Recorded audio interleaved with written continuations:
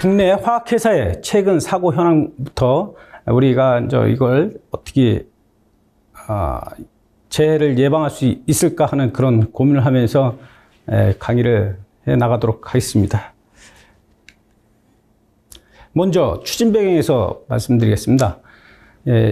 지난 20년 4월 사망 38명, 부상 10명이 발생된 이천 냉동 창고 폭발 사고를 여러분들 잘 알고 계실 겁니다. 근데 이거는 좀 많이 낯설지 않고 좀 익숙하다라는 그런 생각이 드실 겁니다. 왜냐하면 지난 2008년도 그때도 이와 똑같은 판박이 사고가 있었기 때문에 더불어 충남 대산 석유화학단지, 우리나라의 3대 석유화학단지 중에 하나죠. 여수, 울산, 대산. 그래서 이쪽에서도 연이어 화재 폭발 누출 사고가 발생으로써 관계 당국의 어떤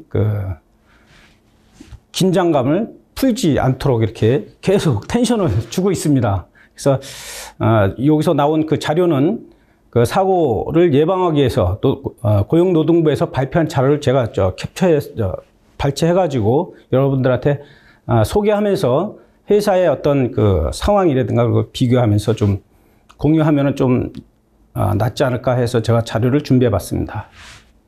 19년 5월 유증기 누출 사고로 약 2,300명이 병원 진료를 하고 지역 주민의 어떤 불안을 증대시킨 사고가 있었습니다. 그 스텐 모노마 이 정제 공정에서 탱크에서 그 과압이 올라오면서 벤트 쪽으로 가스가 분출돼 가지고 인근 주민들이 어떤 호흡기 계통에 고통을 호소한다든가 그런 사고들이 있어서 그 관계 당국을 긴장시킨 사례가 있었습니다.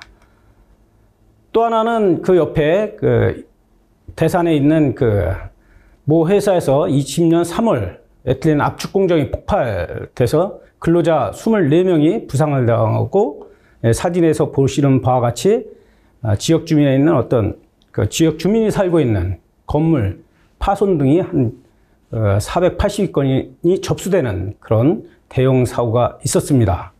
또 그 큰 사고를 이렇게 보면은 20년 5월 달에 총매 이송 중 화재 발생이 돼가지고 근로자 1명이 사망하고 2명이 부상당하는 그런 사고가 있었습니다. 지금 이러한 사고들은 우리가 원료들을 제대로 이해하지 못하고 보관 방법이라든가 취급하는 방법에 대해서 거기에 따른 어떤 무지로 인한 그런 사고가 발생됐다라고 이렇게 볼 수가 있겠습니다. 그 한 예로 이렇게 들어보면은 지금 역시 보시는 바와 같이 건조기가 있고 건조기에서 다 건조된 그 물질을 터빈이라는 전용 용기에 투입을 하였으나 안전밸브가 작동되면서 공기하고 접촉된 자연발화 물질인데 공기하고 접촉되면서 화재가 발생이 되었습니다. 그래서 거기에서 근무하고 있는 1명이 그 자리에서 사망을 하고 그 옆에 같이 있던 2분이 가벼운 부상을 입었던 그 사례가 있었습니다.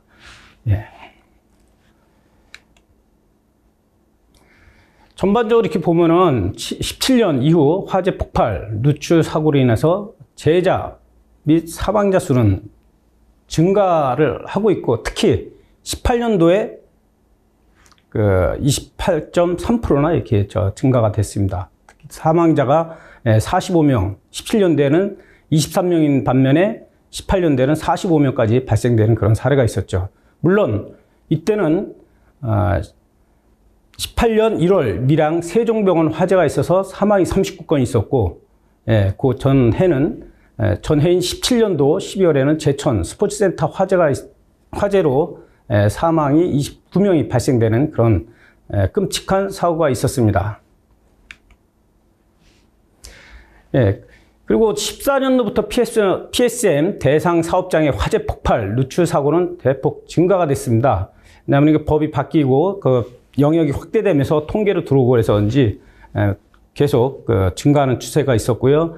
발생이 11건, 그리고 14년도 11건부터 가장 많이 발생된 건 18년에 12건, 19년에 12건 이렇게 발생이 됐고요. 사망이 14년도에 3명, 15년도에 8명, 이런 식으로 계속 증가하면서 약간 그 변동폭은 있지만은 결코 작은 그런 사고들은 아니다라고 이렇게 볼 수가 있겠습니다. 그 사고 빈도와 사망자 수가 많이 발생한 사고를 이렇게 작업별로 보면은 앞서 말씀드린 그런 내용들을 봤을 때 왜 이렇게 많이 났을까? 그 크게 보면은 정비, 보수 작업 때 사고가 많이 발생됩니다. 정상적으로 잘 운전되는 거는 사실 그 작업자가 어떤 조치를 할 필요도 없고 계속 감시하고 모니터링하는 그런 업무만 하다가 어떤 트러블이 발생되거나 어떤 유지보수를 하거나 그럴 때는 그 비정상 작업에 대한 그 액션을 취하다 보니까 거기에 대한 위험에 노출이 많이 되는 편이죠. 그래서 여기 통계에 나와 있는 것처럼 정비, 보수 작업에 예를 들어서 36건인데 사망 사고가 25건, 부상이 51건 이렇게 빈발했고, 그리고 다른 작업에 비해서 사망자 수도 가장 많이 발생됐다라고 이렇게 볼 수가 있습니다.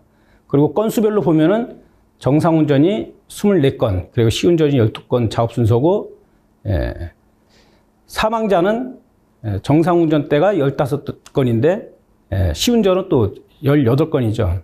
아무래도 정상운전은 벌써 이제 세팅이 돼가지고 공정이 안되는 상태이고, 시운전이라 하면은 설비를 새로 놓거나 보수를 하거나 그게 이제 끝난 다음에 시운전을 하면서 어떤 불합리한 거를 잡아가는 그런 상황이다 보니까 위험에 더 노출되는 그런 사례가 많이 있습니다. 그래서 우리 안전하는 사람들이 어디다가 포커스를 맞출 거냐, 그러면은 물론 정상적인 작업도 중요하지만은 이런 정비 보수 작업 그런 쪽에도 좀 더 포커싱을 해서 오늘 어떤 작업이 수행되고 있는지, 어디서 무슨 공사가 있는지 그런 것들을 전체 현황판에 다 기록을 하고 맵을 그려서 예를 들어서 그 화기 작업이다 그러면 빨간 밭판 같은 그런 빨간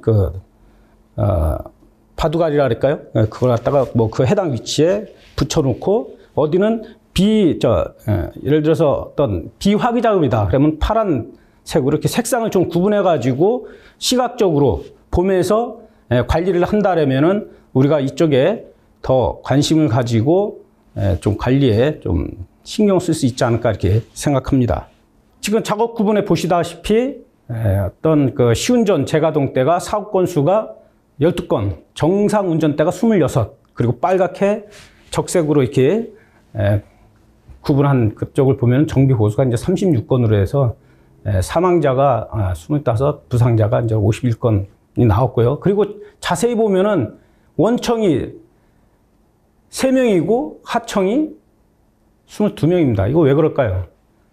이만큼 그 전문 업체들, 석유화학 공장이라든가 이런 일반 공장에 가면은 그쪽에 근무하는 사무직 엔지니어들이 직접 설계를 하지만은 현장에서 설비를 보수하거나 어떤 그 조치를 할 때는 그 전문 업체, 좀 비한다는 하청업체 좀 말이 그런데, 그런 전문 업체들이 와서 이제 하기 때문에 그분들이 더 위험에 많이 노출되죠. 그래서 이번에 1월 달에 산업안전보건법이 개정한 내용도 이렇게 보면은 원청이 이 하청업체들의 안전을 더 확보하기 위해서 그 책임을 갖다 좀 많이 부여했다라고 이렇게 보는 그 사유가 바로 이런 데에 있다라고 이렇게 볼 수가 있겠습니다.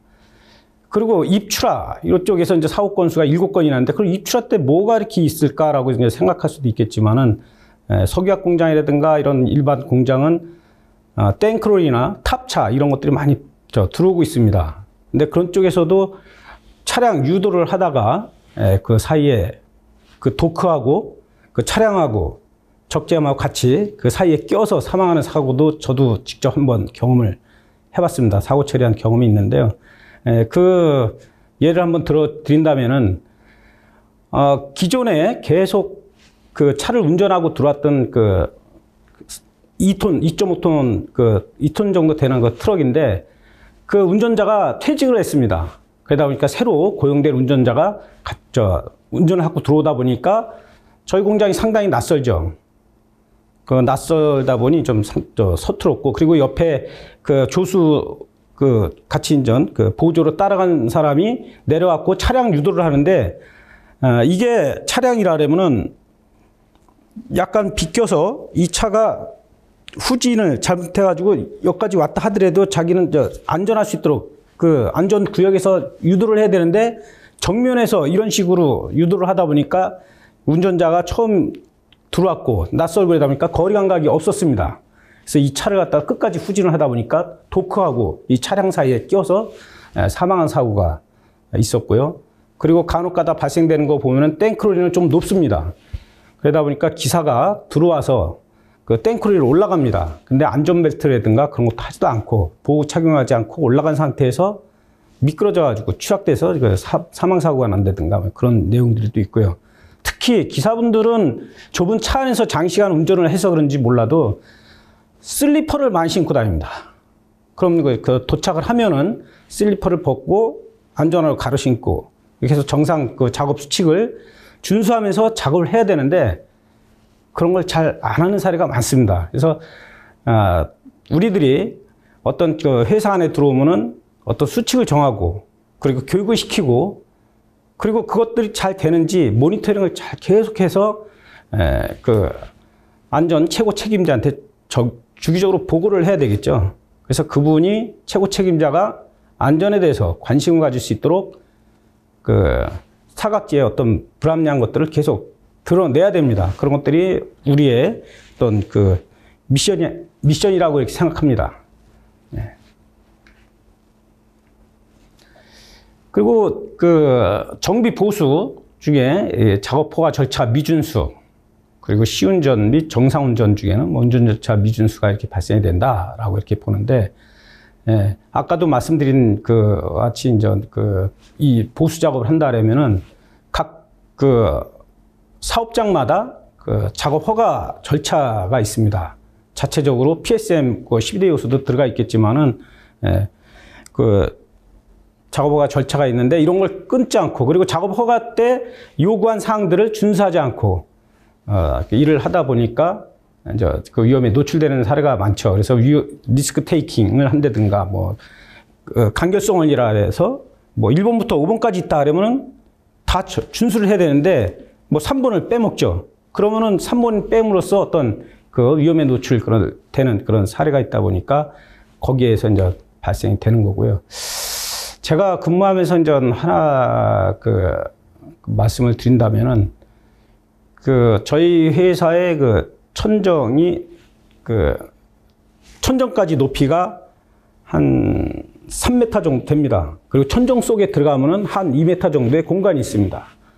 근데 저희 그 공장을 지을 때 전문 업체들이 많이 들어오죠. 들어오는데 그 작업이 끝난 다음에 그 내려가는 그 별도의 출구가 있습니다. 그 출구를 종이박스로 덮어놨어요.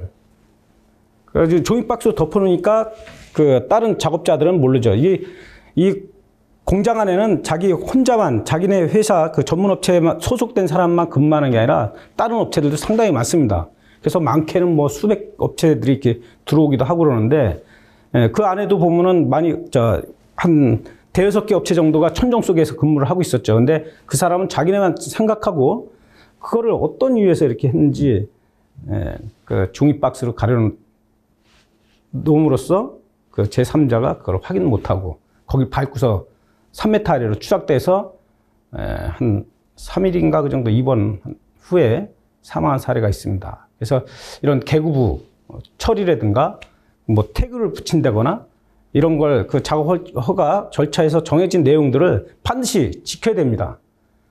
그리고 또 하나 더 말씀드린다면은 우리가 이제 석유화학 공장은 그 인화성 액체를 쓰다 보면 비중에 따라 가지고 밑에는 물이 있고 위에는 그 해당 그 인화성 물질이 있습니다.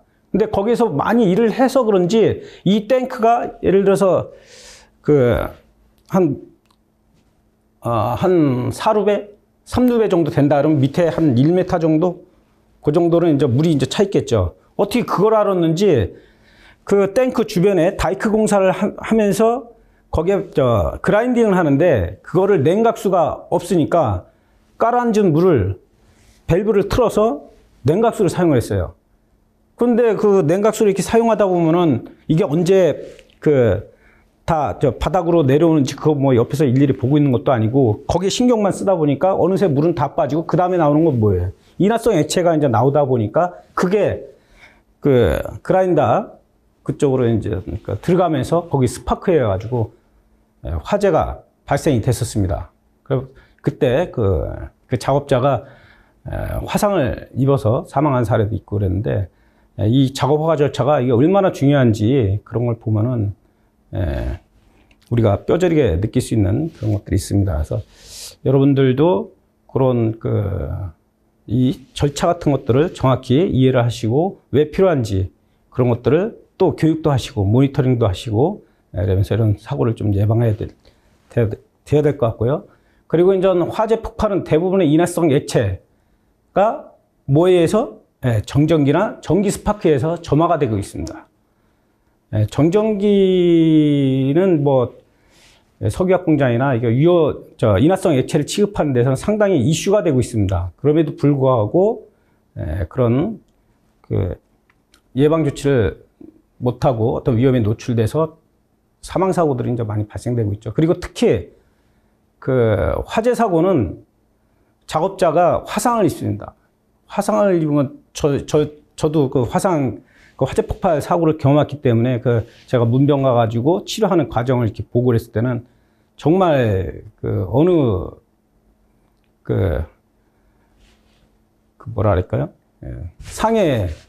상해보다도 뭐 어떤 골절이든가 뭐 이게 여러 가지가 있겠지만은 이게 화상을 입은 거는 생피부를 이식하고 거기에 또 약값도 상당히 비쌉니다. 이게 또 더군다나 약값은 산재보험도 해당도 안 됩니다. 결국 이제 다 실비로 제공을 해야 되는데 뭐 약값은 둘째 치더라도 생쌀을 이식하고 그러면 얼마나 고통이 심하겠습니까? 그래서 화재 사고는 반드시 잘 정해진 절차에 의해서 제대로 처리를 해야 되겠고요. 그 사고 사례를 하나 보여드리겠습니다. 요거는 톨루엔이라는 물질이 있습니다. 톨루엔이 폭발 범위가 1.1%부터 7.1 그리고 인화점이 4도. 요 정도 되면 우리 상온이 뭐 22도 이렇게 봤을 때 인화점이 4도니까 뚜껑만 열면은 다 증발돼 가지고 공기 중에 섞이겠죠. 공기 중에 섞일 때는 이 폭발 범위 안에 딱 들어갔을 때 아까 말씀드린 정전기라든가 어떤 정기적인 스파크라든가 뭐 안에 유증기가 찼는데 형광등 스위치를 올렸다든가 어떤 그라인더 같은 거를 써서 불꽃을 냈다든가 아니면은 비방폭 스위치에 어떤 스위치를 갖다 작동시켰다든가 우리가 이제 집에 들어가 가지고 깜깜했을 때 스위치를 탁 키면은 번쩍하고 하는 것들을 아마 여러분들은 느끼신 분들이 있을 겁니다. 그게 다 점화원이 되겠습니다. 만약에 그 안에 가스가 찼다. 유증기 이렇게 증발된 그런 가스가 창밖으로 다 빠지지 않고 그 공간 안에 있는데 형광등 스위치를 켰다 하면은 그 점화원으로 인해 가지고 이제 폭발이 되는 거죠. 순간 연소가 되다 보니까 이제 폭발이고 화재는 서서히 타는 거고 간단하게 쉽게 얘기하면은 폭발은 순식간에 이제 연소되다 보니까 충격이라든가 여러 가지 그런 것들은 규모가 위험의 크기가 상당하죠. 그래서 여기 보시는 바와 같이 화재가 나가지고 여러 가지 피해 입은 그런 사례가 있습니다. 여기 이제 톨루엔 공급 설비가 있는데 법규에서는 예를 들어서 법규에서 요구하는 권고 사항이 있고 사고 당시에 현장 상태가 있습니다. 용기 접지.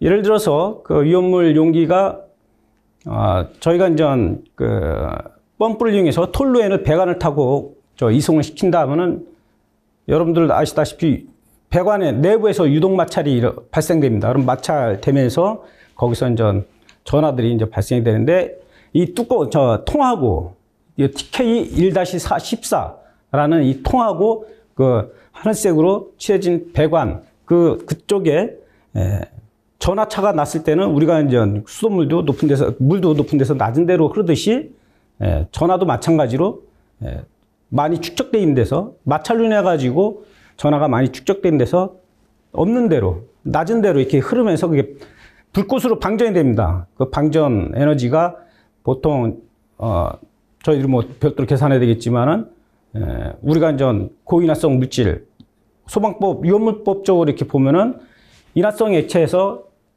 일석이류, 사류 일석이류, 이 정도는 이제 인화성 물질로 이렇게 보죠. 그런 것들은 일반 용재로 해가지고 보통 0.5mm 줄이면은 충분한 점화 에너지가 될 수 있습니다. 예. 그렇기 때문에 등전이를 하기 위해서 본딩도 하고, 그리고 그라운딩 접지를 해서 그 마찰로 발생된 정전기가 따로 빠져나갈 수 있도록 하고, 어떤 가스켓이나 그런 걸로 해서 분리된 그런 설비들은 같이 본딩을 함으로써 등전이를 이루도록 해가지고 서로의 어떤 그 전하가 방출되지 않도록 그렇게 유지를 하고 있습니다. 근데 이거는 그 사고 조사한 내용을 보면은 용기 접지가 사고 당시 했는지 안 했는지 확실치가 않았었고, 그리고 주입 방식이 법규에서는 하부에다 주입하라고 합니다. 탱크 아래쪽에. 여기 보면 딥파이프여가지고 45도 각도로 이렇게 잘라놨는데, 왜냐면 위에서 주입을 했을 때는 이 낙차가 크기 때문에 그것도 역시 정전기로 인한 정전기를 발생시키고, 거기에 이제 스파크가 이제 날 수가 있는 거죠. 그래서 맨 아래로 낙차를 최소화해가지고 바닥부터 이렇게 차올라올 수 있도록 그렇게 해야 됩니다. 여러분들 혹시 이런 또 공정이 있는 그 사업장에서 근무하신다 하면은 현장 가서 우리가 쓰는 파이프가 아래부터 이렇게 차올라오는지 아니면 위에서 그냥 이렇게 수돗물 이렇게 탁 틀으면 그냥 쭉 나오듯이 이렇게 되는지 한번 보시는 것도 괜찮을 것 같습니다. 만약에 위에 있다면은 그거는 위험한 상황이 되겠죠. 그래서 그런 거는 별도의 도전성, 전기가 통할 수 있는 부도체가 아닌 그런 재질의 배관으로 밑에까지 이렇게 내려서 차오를 수 있도록 하고요. 그리고 또 이 주입 속도가 마찰이 이제 세게 나가면은 더 많이 발생되겠죠, 정전기가. 그래서 어떻게 하냐면 속도는 초당 1m 이하로 유지하라고 요구를 하고 있습니다. 그런데 이쪽에는 1.35m로서 초과를 했죠. 그러다 보니까 그 정전기에 더 크게 노출되지 않았나 이렇게 보고요. 톨루엔 같은 경우는 주입 유전체 도전율 이렇게 해서 1.0 피코 Gm 이렇게 Cm 이렇게 나와 있는데, 이 톨루엔 같은 특히 우리는 물은 전기가 잘 흐르잖아요. 그래서 정전기가 발생되면은 순식간에 빠져나갑니다. 근데 이 톨루엔 같은 그런 물질들은 쥐고 있습니다. 빠져나가지 않고 잡고 있어요. 이제 전도도가 안 좋기 때문에. 그래서 이런 물질 특성도 MSDS라든가 이런 걸 보고서 정확히 이해를 하셔야 됩니다. 무조건 그냥 막 같이 처리하는 게 아니라. 그리고 본딩 접지 이렇게 해서 나오는데, 모든 도전체는 전이가 같을수록 본딩을 하고 접지를 하게끔 이렇게 요구를 하고 있습니다. 근데 주입 배관하고 이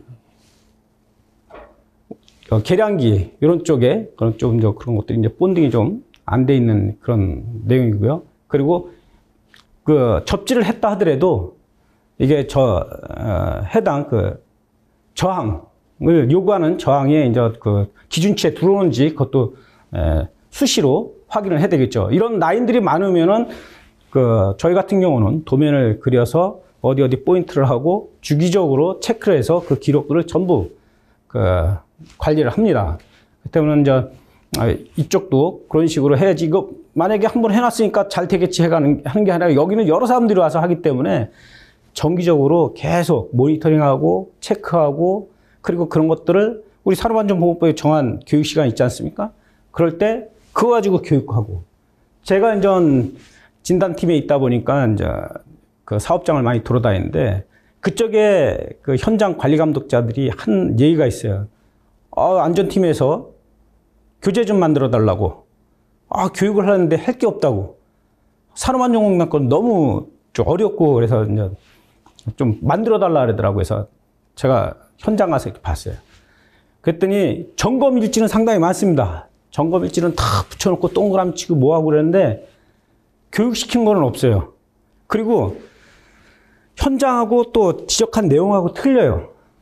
현장은 예를 들어서 유경재 아까도 뭐 4도씨에서 인하점이 4도씨면은 4도만 되면은 이게 다 증발이 돼가지고 공기 중에 섞이는 거 아니에요?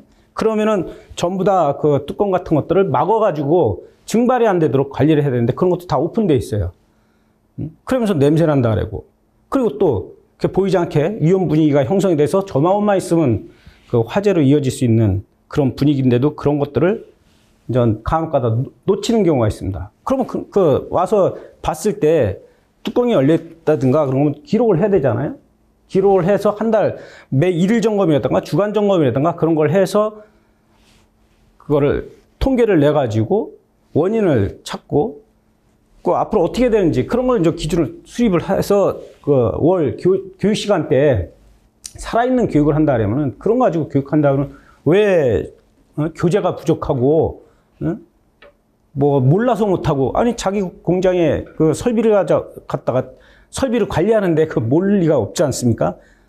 정성이 부족한 거지. 그래서 살아있는 안전을 한다 하면은 그 일치될 수 현장하고 기록물하고 여러 가지가 이제 일치될 수 있도록 항상 관리를 잘하고 또 안전은 의사소통이라고 봅니다. 그런 것들을 그 못한다 갖고 현장 사원들을 갖다가 오퍼레이터들을 욕할 게 아니라 그 사람들도 일을 하다 보면은 뭐 우리가 뭐 환생전 뭐 집중하면서 이렇게 일을 할 수는 없지 않습니까? 그럼 어느 정도 그 시간이 지남으로써 집중력이 떨어지거나 이럴 때는 실수할 수도 있는 거고 그럼 그때 가서 그런 내용들을 기록을 해서 교육을 한다면 좀 교육 효과도 더 높고 또 그걸 들음으로써 다음부터 이런 걸 하지 말아야 되겠다는 어떤 안전의 마인드도 이렇게 바꿀 수 있는 그런 것들이 되겠습니다. 그래서 살아있는 안전을 하기 위해서는 현장을 자주 가보고 그런 기록물이라든가 그런 거 가지고 의사소통을 잘함으로써 모두가 참여하는 안전관리를 전개할 수가 있겠습니다. 안전관리는 안전팀에서만 하는 게 아니라 전원이 참여합니다. 우리 기사시험 보면은 첫째 뭐예요? 안전 선체 원칙, 그죠? 무해 원칙, 마지막에 전원 참가의 원칙입니다. 공장이 오래되고 안전의식이 없는 그 사업장에 가보면은 안전팀에서 하는 거 아니야? 우리 생산만 하면 되는 거 아닌데? 환경? 그럼 환경팀에서 해야지. 우리는 생산만 하면 된다니까. 저는 이렇게 얘기합니다. 그 경찰이 집안 단속까지 해주냐고.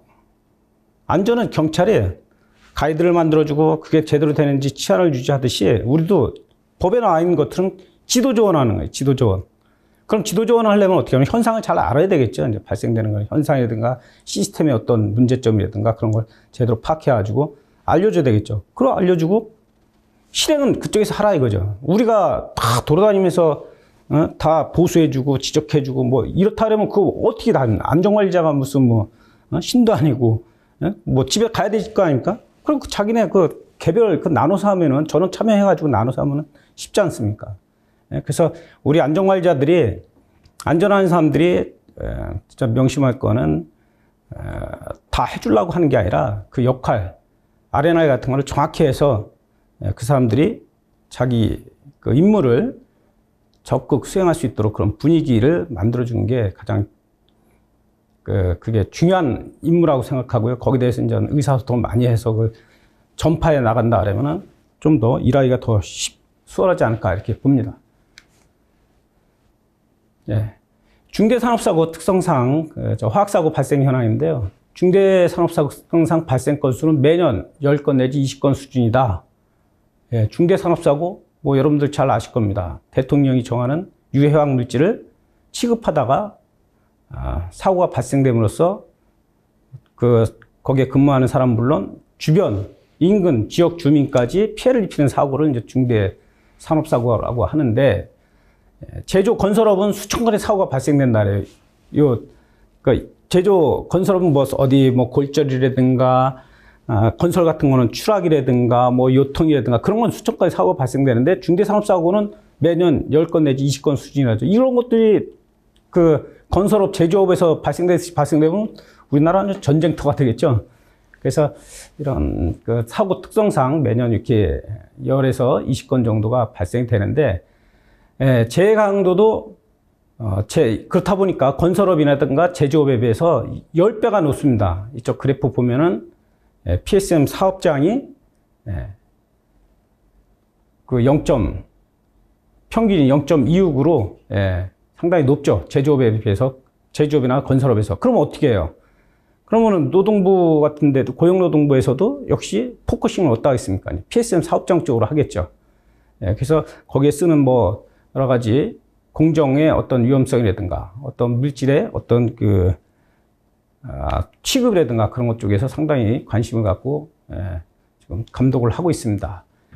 그래서 두 번째로 사고 예방을 위한 위험관리 쪽으로 이렇게 보면은 이런 사고들이 계속 발생됨으로써 우리가 이제 공정안전 제도를 시행한 게 상당히 됐죠. 그리고 중간에도 이제 법을 강화해서 공정안전보고서 제출 대상 사업장을 더 넓히고, 그러면서 이제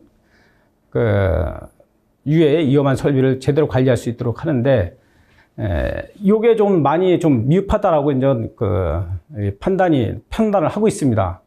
지금 공정안전 제도를 운영함으로써 평가를 1년에, 작게는 1년에 한 번, 길게는 4년에 한 번 이렇게 하는데, 이 평가의 결과에 따라 P, S, M 플러스 M 마이너스 이렇게 합니다. 프로그레스, 세이프티, 메이지. 이런 식으로 해서, P는 아주 잘하고 있는 우수 사업장으로 분류를 하고요. 그리고 S등급은 양호하다. 그리고 이제 M 플러스는 보통이다. 이렇게 하는데, 보통 가지고는 안 되겠죠. 적어도 아무리 안 돼도 이제 양호 이상으로 되는데, 사실 전체 제출 대상 사업장이 우리나라에서 총 2,264개소라고 하는데, 그래도 양호한 편은 한 30%뿐이 안 됩니다.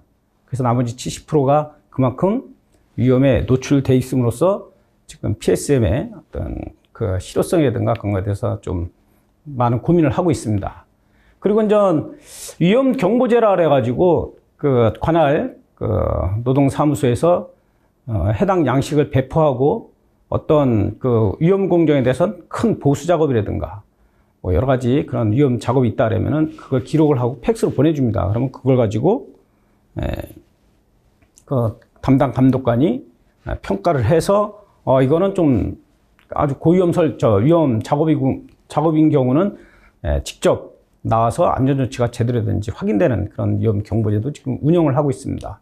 그리고 화재 폭발 위험 사업장 밀착 관리 점검해서 좀 제조 사업장에서 이제 용접이라든가 뭐 가연물질 취급이라든가 사고 폭발 우려가 있는 소규모 사업장들 그런 쪽에 주기적으로 좀 빈도를 높여서 방문해서 이제 점검 감독을 지금 하고 있습니다만은 여러 가지 이렇게 해서는 안 되겠다는 여러 가지 문제점들이 있죠. 그래서 화재 폭발 누출 사고 고위험 작업에 대한 안전관리 취약 뭐 이렇게 나와 있는데요. 첫 번째로 봤을 때 화학설비 정비, 보수 작업, 화재 위험 작업, 화재 감시 작업 요런 여기에 종사하시는 분들이 전문성이 좀 떨어지는 거예요. 아는 만큼 보인다고 거기 그냥 가서 허수아비처럼 서 있으면은 감독이 됩니까? 뭐 우리가 안전관리비도 주고 거기에 이 감시자들 그 사람들을 이제 교육시킬 수 있도록 하고 그리고 교육받은 사람이 감시를 할 수 있도록 해야 되는데 그런 것들이 좀 안 되고 여러 가지 좀 불합리한 것도 있습니다. 건설업의 경우는 사전에 기초안전 교육을 실시하지 않으면 건설 현장에 들어갈 수가 없습니다.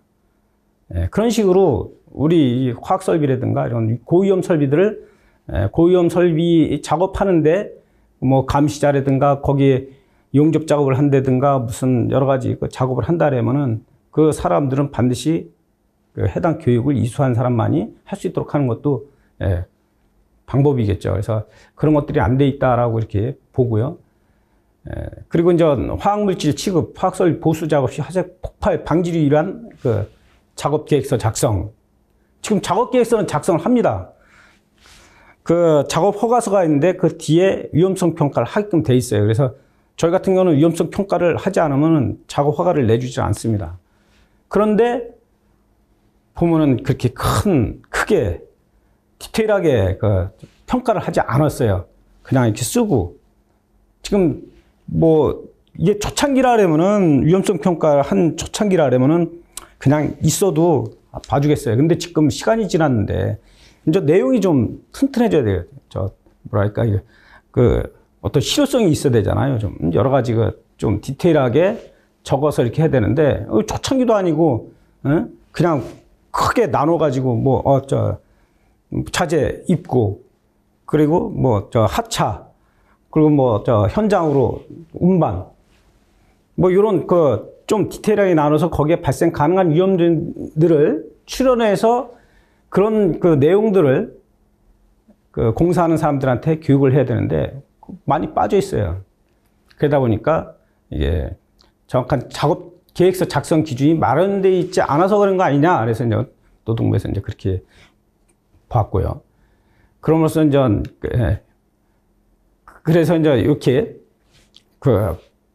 법을 보면은 현행에는 사전 조사를 하지 않고 그 결과를 기록 보존해야 한다. 이런 식으로 나오는데 앞으로 개선되는 거는 명확합니다.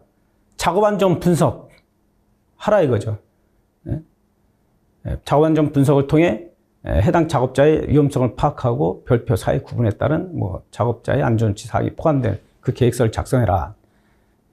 그런데 이제 아까 제가 위험성 평가를 얘기하다가 갑자기 작업 계획서를 얘기했는데 왜냐하면은 작업 계획서가 따로 들어간다면 위험성 평가는 실시한 지 꽤 됐습니다.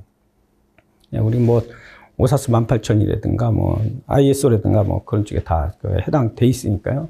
근데 그런 거를 함으로써 여기에 작업 계획서를 디테일하게 작성을 해야 되는데 이제 법으로는 그렇게 개선안처럼 명확하게 나오진 않았죠. 사전 조사를 하라 그런 식으로 나왔는데 앞으로는 작업 분석을 통해서 디테일하게 위험을 구분하라는 그런 쪽으로 보완을 하겠다라는 그런 입장이 노동부의 그런 입장이라고 볼 수 있겠습니다. 그래서 여기 보면은 작업 계획서 내용이 가야 밸브, 코크 등의 조작, 해당 화학 설비의 원재료 공급하거나 이런 그런 구체적으로는 가항, 나항, 냉각 장치, 안전 밸브, 마의 덮개판 이런 식으로 쭉 나와 있으니까 이제 그런 해당 작업 내용, 작업을 한다 그러면 거기에 대해서 위험성 평가를 하고 거기에 이제 작업 계획을 수립을 해서 교육을 하고 그 다음에 이제 작업에 투입될 수 있도록 그렇게 한다 그러면은 그런 사고가 그만큼 줄어들지 않을까 이렇게 보고요. 그리고 이제 야심차게 시작한 우리 공정안전관리 제도가 상당히 20년 정도? 그 정도 된 것 같은데, 현장 작동성이 상당히 미흡하다라고 이제 보죠. 그래서 지금 보면은 현실은 최초로 공정안전보고서를 작성할 경우 현장에서, 사업장에서 사실 하기가 쉽지는 않습니다. 충분히 할 수는 있긴 있는데, 여러 가지 업무로드라든가 그런 거 봐서 좀 더 하이 퀄리티 첫 개념에서 어떤 외부 기관에 의뢰하고 보고서를 작성하죠. 그러다 보니까 너무 외부 기관에 의뢰해가지고 이게 다른 이게 공정에 잘 안 맞습니다. 이게 사업장 실정에 맞지 않고 그러다 보니까 너무 형식적이다라고 이렇게 볼 수도 있고 그리고 공정안전보고서 심사 확인 요게 아까 말씀드린 대로 등급에 따라 가지고 빈도는 좀 차이가 있겠지만은 요거를 갖다가 심사를 하는데 이행의 어떤 중요성보다는 어떤 하나의 인허가 절차 이거 어떤 공장을 짓는다면 이거 PSM에서 심사받아 가지고 통과하지 않으면은 공장을 짓 수가 없다 하니까 어떤 인허가 절차로 이렇게 인식하다 보니까 안전의 어떤 실질적인 어떤 효과를 발휘하기는 조금 좀 요원하지 않냐는 그런 내용들이 좀 있었습니다. 그리고 사업장에서 PSM 업무를 직접 담당하는 관리감독자 이 사람들이 이것도 아까 말씀드렸죠. 그 안전은 안전 쪽에서 하는 거 아니야? 그쪽에서 다 하면 되지 우리가 왜 거기에 해느냐 이제 이런 식으로 또 하는 그런 것도 있고 또 그 반면에 뒤를 보면은 잘 몰라요. 잘 모르고 그러다 보니까 더 회피하는 그런 사례도 있고요. 그래서 안전관리자, 엔지니어, 위험성 평가자들이 어떤 PSM 시스템, 아까 12대 요소가 쭉 있는데, 위험성 평가를 한다든가, 자료 수집을 한다든가, 도면 그 업데이트라든가 여러 가지 그런 내용들의 어떤 그 실행 능력이 부족하고, 예. 그러고 또 안전공단에서도 PSM에 어떤 의무 교육을 시키고 있으나 교육받기가 상당히 힘들더라고요. 여러분도 많이 느껴봤을 겁니다. 저도 그 교육을 하려고 그 어떤 교육을 인기 있는 교육 가려고 하면은 딱 대기하고 있다가 그 오픈하자마자 바로 등록해야지 조금 뭐 못거렸다가는 이제 벌써 마감돼 가지고 들어갈 수가 없습니다.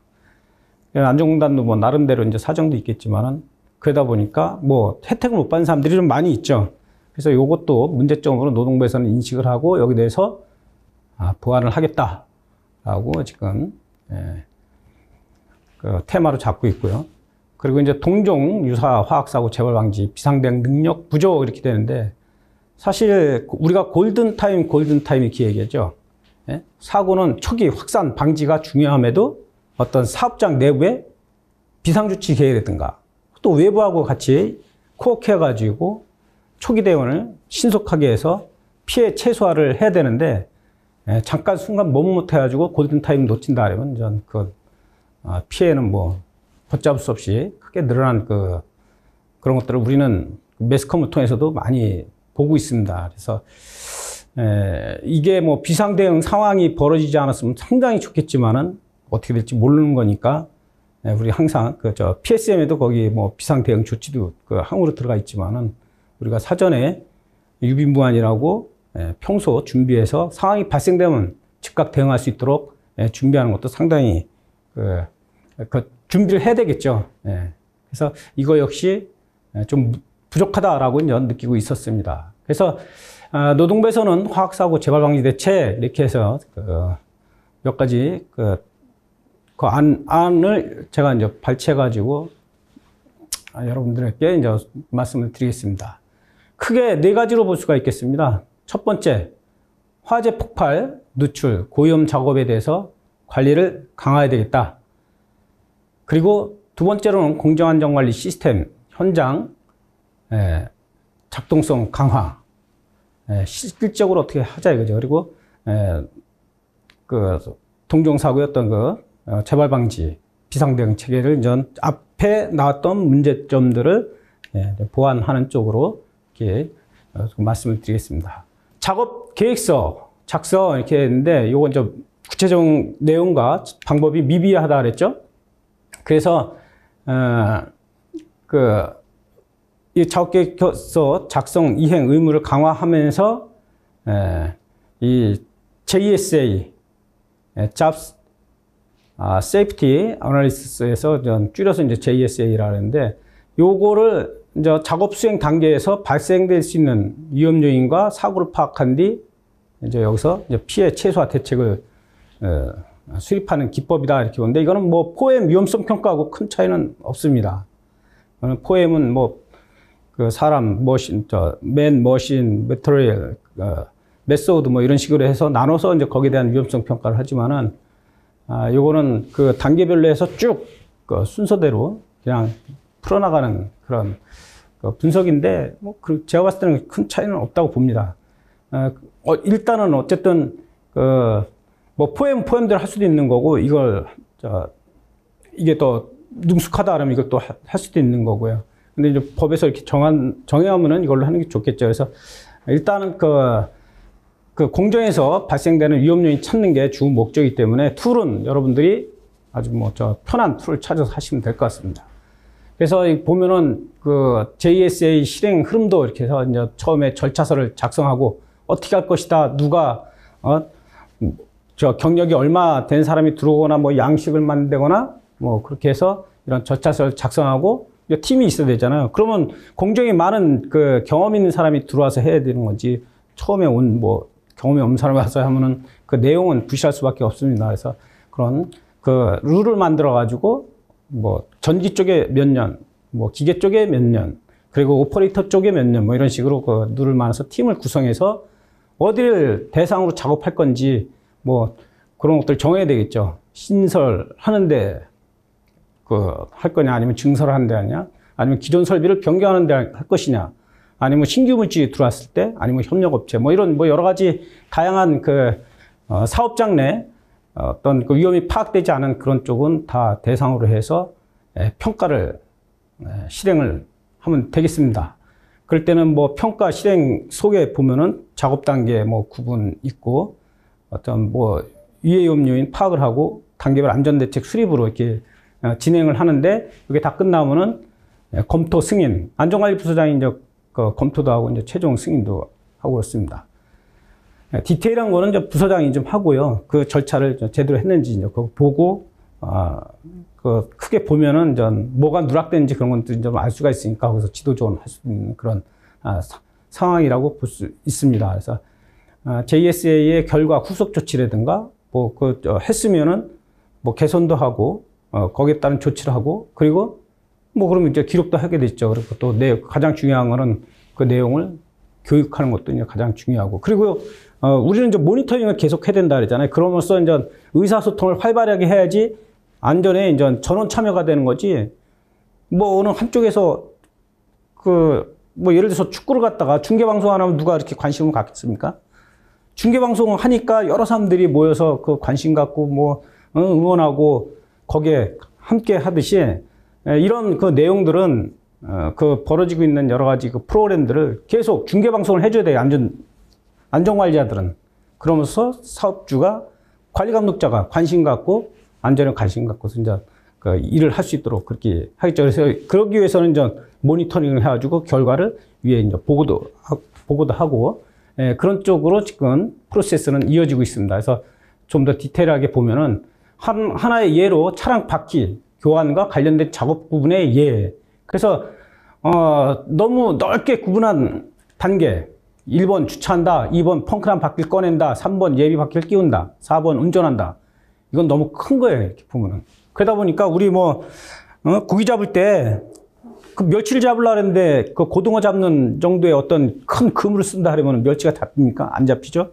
그러면 거기에 맞는 그물을 선정을 하듯이 이것도 역시 여기에 위험성 평가에 맞게끔 좀 촘촘하게 그렇다고 여기 나와 있는데 너무 자세히 구분한 게 이제 이쪽에 그 사례로 보여지는데 적절히 구분을 해서 좀 그 위험성을 찾을 수 있도록 그렇게 해서 아까 그 저 큰 틀의 그 프로세스대로 이렇게 이제 진행을 하시면 됩니다.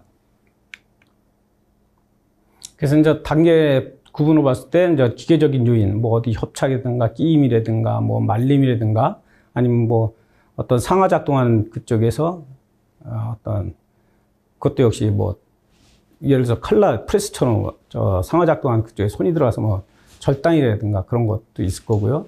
어떤 정기적인 요인은 뭐 우리가 흔하게 보는 그 감정이라든가 아니면은 그 방폭 설비의 어떤 적용 여부라든가 그리고 물질도 이게 그 유해성 물질 그런 거 다 파악을 했죠. 우리가 지금 그 어떤 갑자기 생각이 안 나는데 지금 가습기 그 물질도 역시 그 사전에 파악을 못했기 때문에 그런 사고들이 발생된 거 아닙니까? 그리고 또 실명한 그 어떤 중소기업 작업자가 있는데 그것도 역시 에탄올 쓰면 되는 거를 좀 저가의 물질을 쓴다 해서 메탄을 씀으로써 어떤 그 실명을 유발하든가 뭐 이런 그런 것들이 다 사전에 다 이제 체킹이 돼야 되겠죠. 그래서 이런 이 참고로 해가지고 해당되는 것들을 전부 찾아서 하시면 되겠습니다.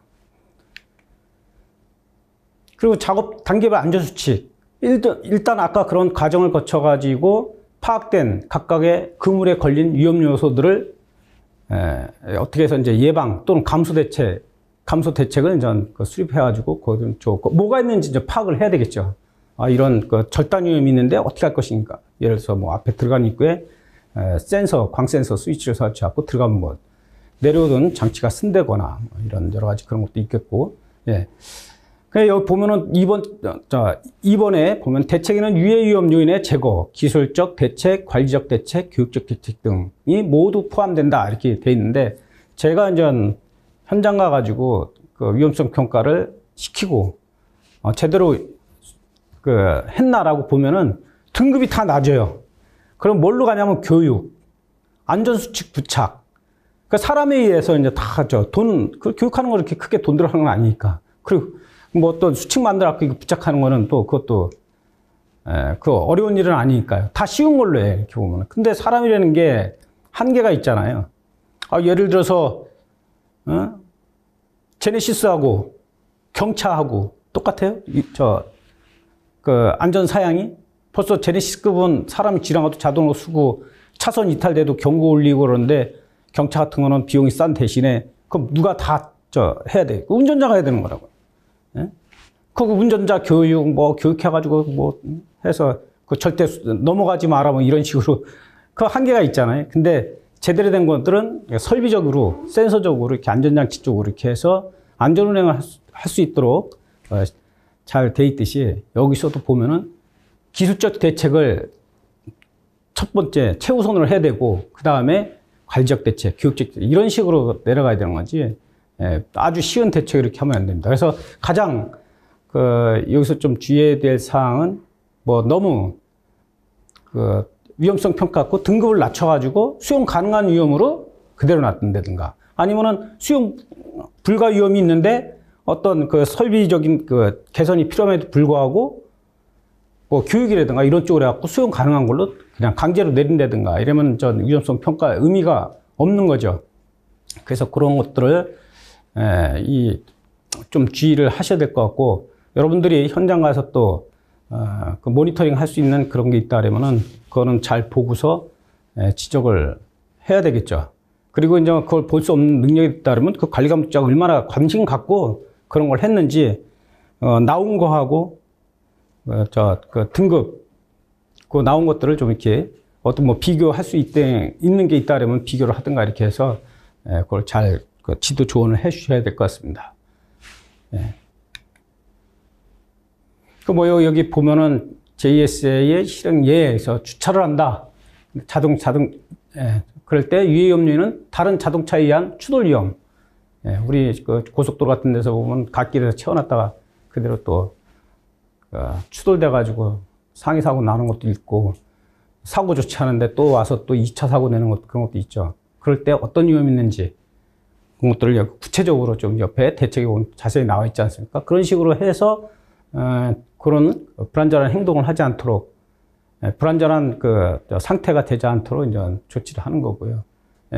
여기 보면은 아무래도 실행의 예를 갖다가 이제 올려놓은 거 보니까 구체적으로 잘 해놨는데 이런 걸 참고하셔서 하신다면은 도움이 좀 될 것 같습니다. 요거는 저희 회사에서 어떤 공정의 위험성 평가를 한 건데 여기 이제 실행 단계에서 원료 계량이라든가 이송이라든가 그런 거하고 작업 내용에 어떤 구체적으로 해놨죠. 여기 보면은 지게차를 사용해서 3층 제주실 출구에서 출구에 내려놓는다. 이럴 때 어떤 위험이 있는지 현재 이렇게 했을 때 현재 안전 조치가 뭐가 있는지 없다라면은 대책은 뭔지 그리고 빈도, 강도 이게 만약에 사고 날 수 있는 확률이 일주일에 한 번 있다. 아니면 한 달에 한 번, 1년에 한 번, 길게는 정말 한 달 10년에 한 번, 아니면 100년에 한 번. 이런 식으로 이제 빈도를 정하고, 거기서 이제 요거는 회사에 맞게끔, 규모에 맞게끔 이제 정하시면 됩니다. 이제. 그리고 강도는 예를 들어서 응급처치 수준이다. 아니면은 경상이다. 아니면 중상이다. 아니면 사망이다. 이런 쪽에 이렇게 해가지고, 1등부터 한 5등까지 나눠가지고 서로 크로스해서, 3등급, 몇 점 이상, 339, 지금 맨 위에, 나왔듯이 339 하면은, 지금 C등급으로 나왔는데, 그럼 9점부터는 C등급이라든가, 아니면 더 높은 12점부터는 2등급이라든가, 그거는 나름대로 이렇게, 그 사업장에 맞게끔 이렇게 정하시면 됩니다. 그리고 코드 같은 데 잘 나와 있으니까, 거기서 이제, 발췌해가지고, 만들면 되겠죠. 그리고 이제, 그렇게 해서 나온 거를, 평가를 했더니 B등급이 나왔다 그러면 이제 개선해야 되잖아요. 그래서 이제 여기 맨 위에 걸 보면은 이제 여기 B등급도 있고 C등급도 있는데 C등급을 보면은 개선 번호 이게 평가에 보면 상당히 많습니다. 그래서 그 번호를 다 매겨 가지고 이제 사후 관리를 해야 되겠죠. 그래서 개선 번호 몇 번 해서 개선 계획이 뭔지 언제까지 개선할 건지, 그렇게 함으로써 다시 그 개선하면은 빈도가 얼마나 내려갈 거고 강도가 얼마나 내려갈 거고, 그럼으로써 우리가 어떤 수용 가능한 위험 요인으로 관리할 수 있다라는 그런 식으로 이제 내려서 안전하게 관리를 할 수가 있겠죠. 이 위험성 평가는 그 안전관리의 핵이라고 볼 수가 있습니다. 우리가 관리를, 안전관리 이렇게 뭐 흔히 얘기를 많이 하는데, 목표가 있어야지 관리를 하는 거잖아요. 관리할 게 있어야지 하는 거고. 그러면은 어디서 빼야 되냐면, 막연히 위험할 것이다 해서 거기를 관리해야지 이게 아니라, 체계적으로 여기 나와 있는 툴을 이용해서 체계적으로 다 평가해가지고, 거기서 이거는 교육, 이거는 설비 개선, 이거는 어떤 투자 이런 식으로 다 나눠가지고 전체 계획을 짜는 겁니다.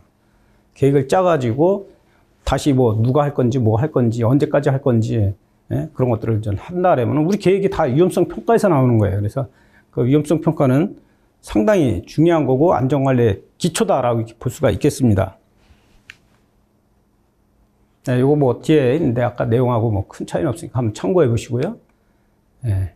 그리고 이제 여기에는 개선 리스트 해가지고 아까 개선 번호가 이제 쭉 있죠. 그리고 개선 계획 내용, 이제 언제까지 할 건지, 담당자가 누구 건지, 이것도 이제 다시 별도의 장표. 아까는 위험성 평가 끝에 이렇게 있지만은 요거는 이제 개선할 거니까 별도의 리스트를 만들어갖고 따로 관리를 해야 됩니다. 그리고 이제 그게 나왔다면 위험성 평가를 해가지고 대책을 만들어서 여기에 이게 이제 제대로 된 안전작업 절차겠죠. 이제 법에서 요구하는 그런 절차.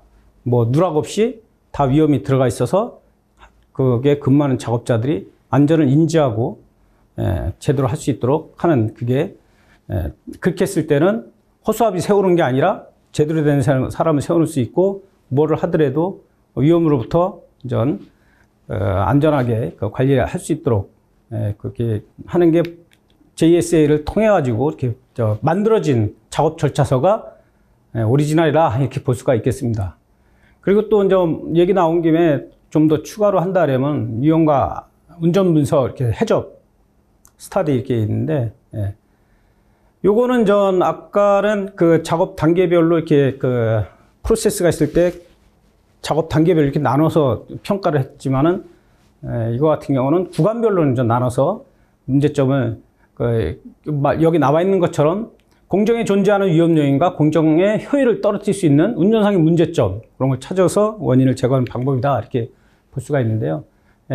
여기 검토할 도면을 갖다 놓고 공정 설명을 하고 해서 쭉 13단계로 쭉 나눠져 있는데, 그 뒤로 넘어가면서 한 번씩 이렇게 설명을 드리겠습니다. 여기 해접을 위한 도면이 준비됐습니다.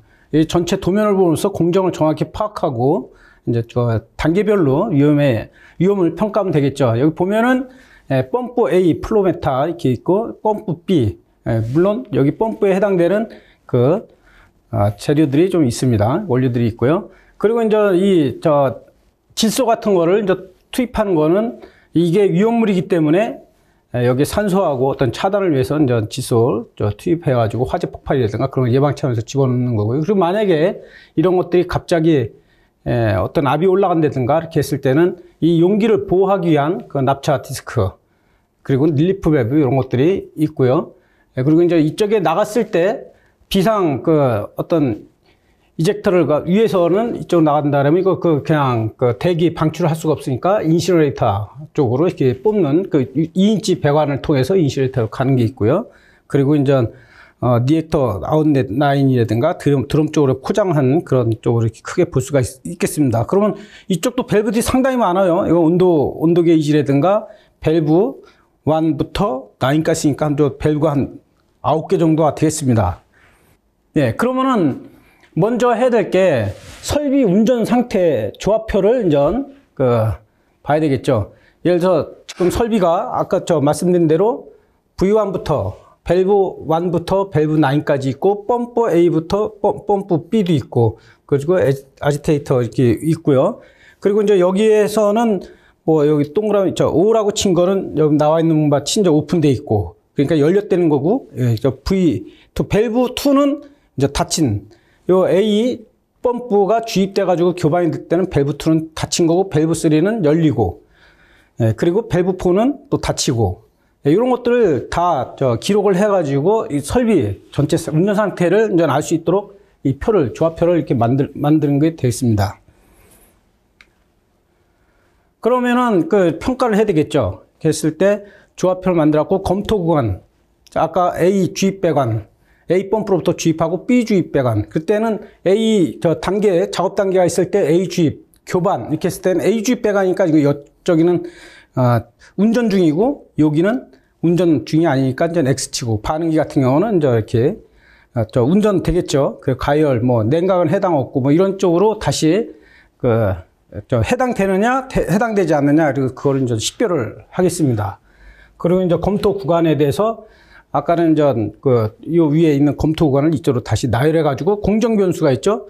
예, 공정 변수가 있는데 이거는 이제 어떤 유량이 흘러간다든가 온도가 올라간다든가 뭐 그랬을 때는 온도가 올라가면 어떻게 해서 압력이 올라가죠. 그래서 그런 컨트롤을 해야 되는데 이 공정 변수가 어떻게 되는지 그거를 이제 나열함으로써 이 설계 의도대로 제대로 가는지 있으면 있고, 다 해당되면 더 이렇게 5로 이렇게 쳐주고, 없다 할 때는 저는 X, 해당 없는 것들은 또 전부 다 X를 이렇게 쳐주면 되겠습니다.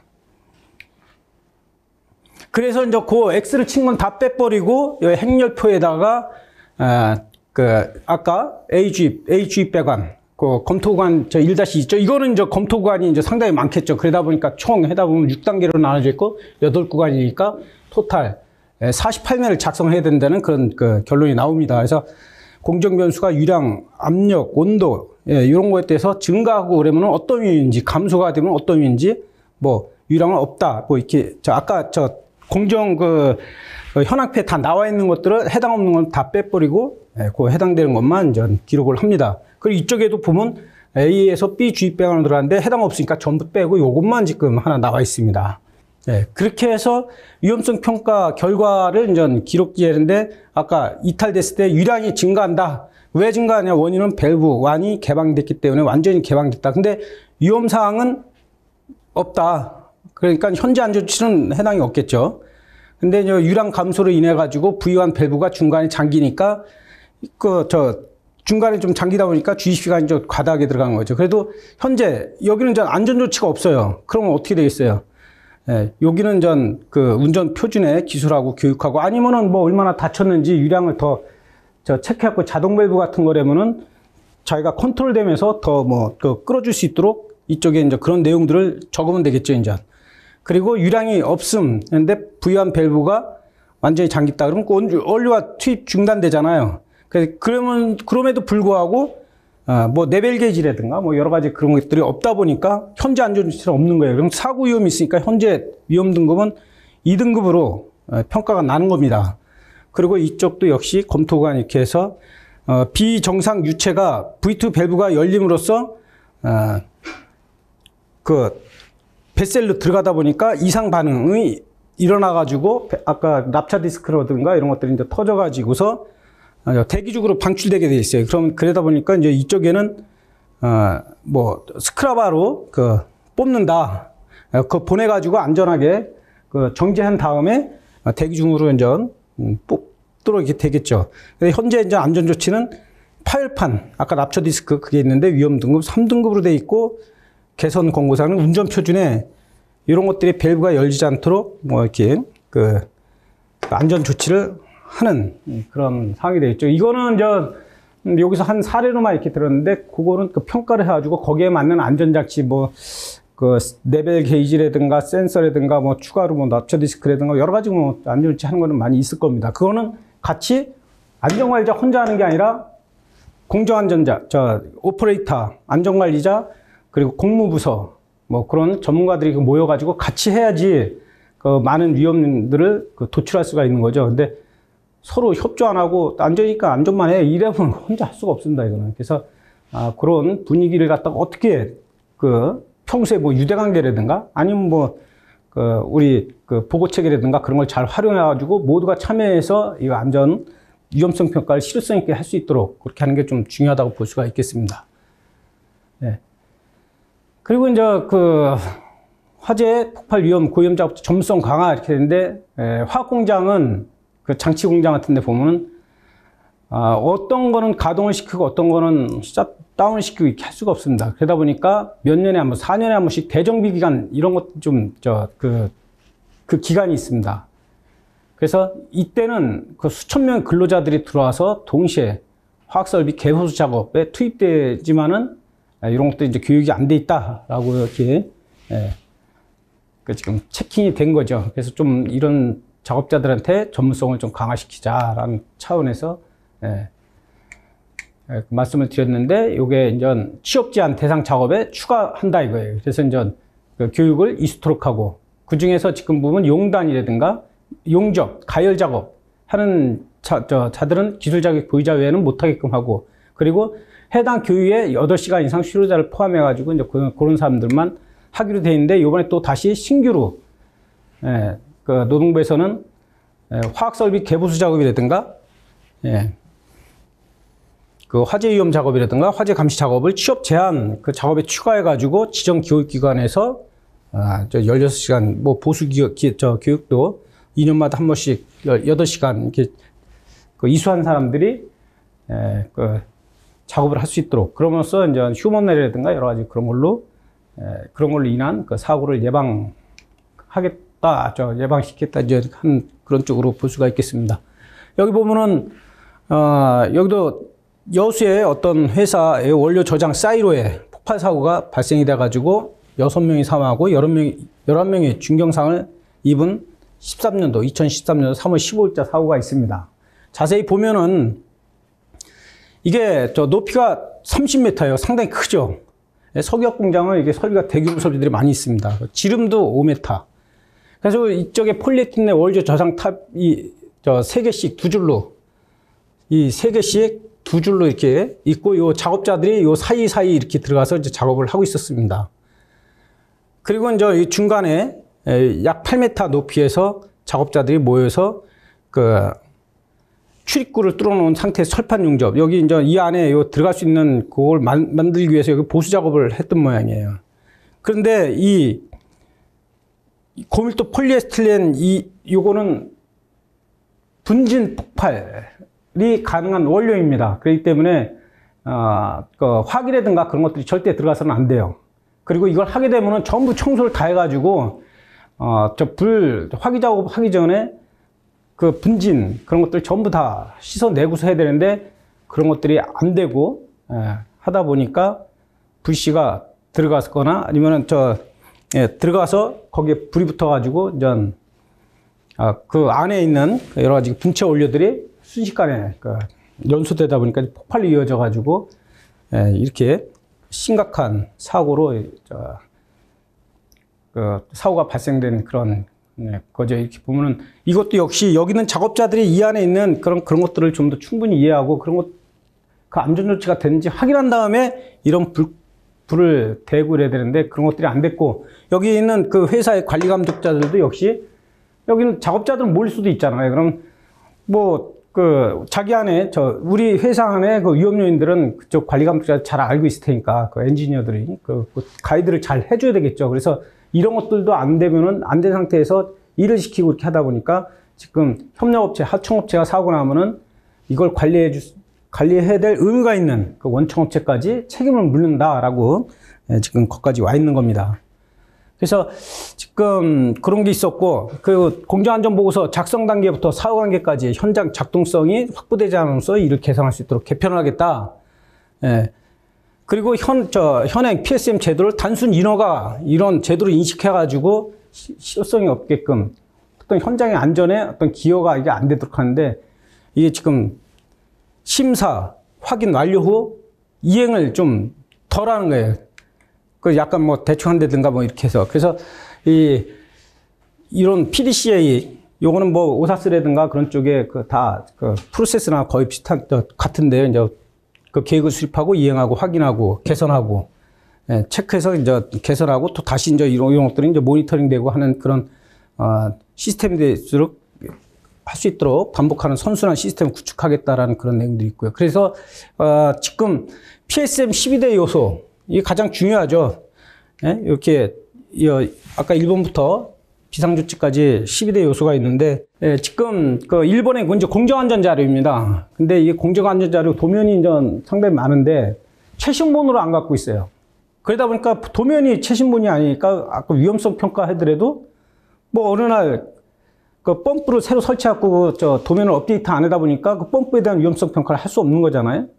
예, 그래서 이제 그런 것들이 누락돼 있고 그 업데이트가 안 되고 그러면서 현장에 도면과 이제 불일치가 돼 있고, 그리고 위험성 평가를 했는데 일부 구간이 누락됐어요. 그리고 저평가된 거, 그런 사례가 있고요.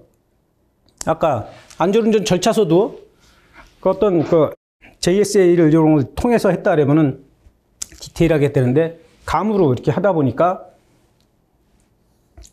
좀 부실하다 이렇게 볼 수도 있겠고요. 그리고 비정상 작업에 대한 요령 같은 거 이런 것들 빠질 수도 있고요.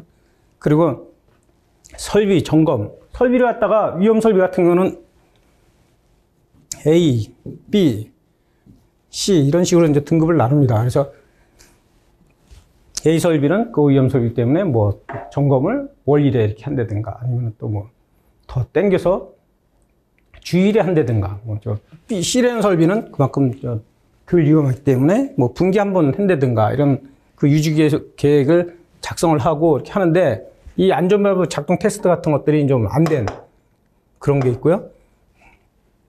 그 작업허가서에서 그 발행을 안 했다든가, 어떤 그 관리 감독자가 그 작업을 하기 전에 체크하는 게 있어요. 이제 뭐 예를 들어서 산소 농도는 측정했는가, 아니면 가스 농도는 측정했는가, 이제 이런 그 칸이 있는데, 그런 거를 기록을 안 해요.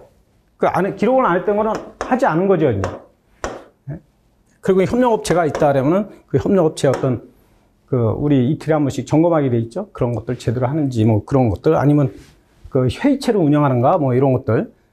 예, 그게 있는데, 뭐 봤을 때 그런 다른 건 잘 되는데 좀 안 되는 사례들이 좀 이런 게 있었습니다. 신증설 완료 후 그냥 가동 전 점검 없이 그냥 한다든가, 그리고 중간에 설비를 변경했는데 그 변경 관리 절차가, 설비를 변경하고 가동하기 전에 반드시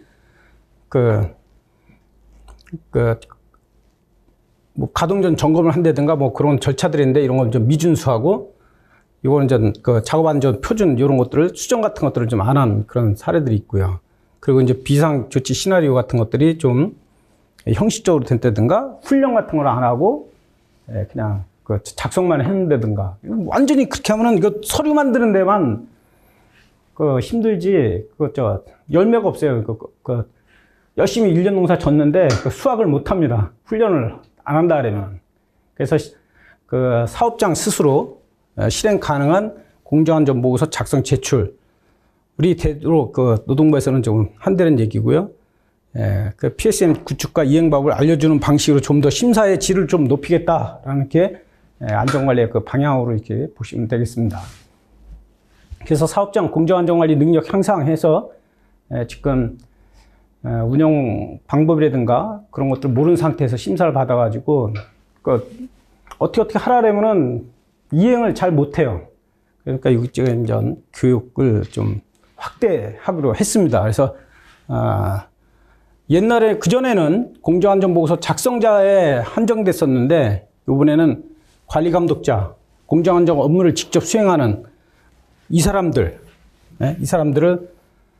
교육을 대상으로 확대해가지고 하겠다 이거죠. 그럼 결국은 뭐냐면은 전원 참여시키는 거죠. 결코 혼자 할 수가 없습니다. 어려운 그런 걸 갖다가 혼자 하려고 이렇게 생각하신 게 아니라, 안전을 한다라면은 그만큼 서로 의사소통 많이 하고 좀 사이가 좋아야 되겠죠. 대인관계가 좋아야 되겠죠, 이제. 그리고 아니면 조직을 활용 잘 하든가. 그래서 같이 이렇게 할 수 있도록.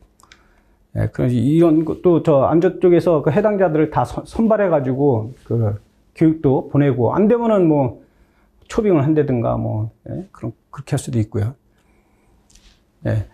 그리고 이제 그 4대 폭발 위험 작업에 대한 대규모 캠페인을 전개해가지고 수칙 준수 분위기를 조성하겠다 이렇게 했는데, 4대 화재 폭발 위험 작업 안전 수칙이 첫 번째가 정비보수. 아까 그랬죠. 정비보수 때 가장 사고가 많이 난다고. 그래서 정비보수에 어떤 위험들이 있는지 거기에 대한 안전 작업 허가 절차 지금 있으니까 그 절차에 따라서 뭐 사전에 체크할 거 하고, 교육할 거 하고, 그런 것들 다 해야 되는 거고요. 화기 작업의 화재 폭발 폭발 방지 작업 표준, 별도로 만들어가지고, 그 작업 중에 어떤 사이로 폭발이라든가 그런 것들이 나지 않도록 해야 되겠지, 이제. 그리고 밀폐 공간 작업의 안전 작업 표준. 밀폐 공간.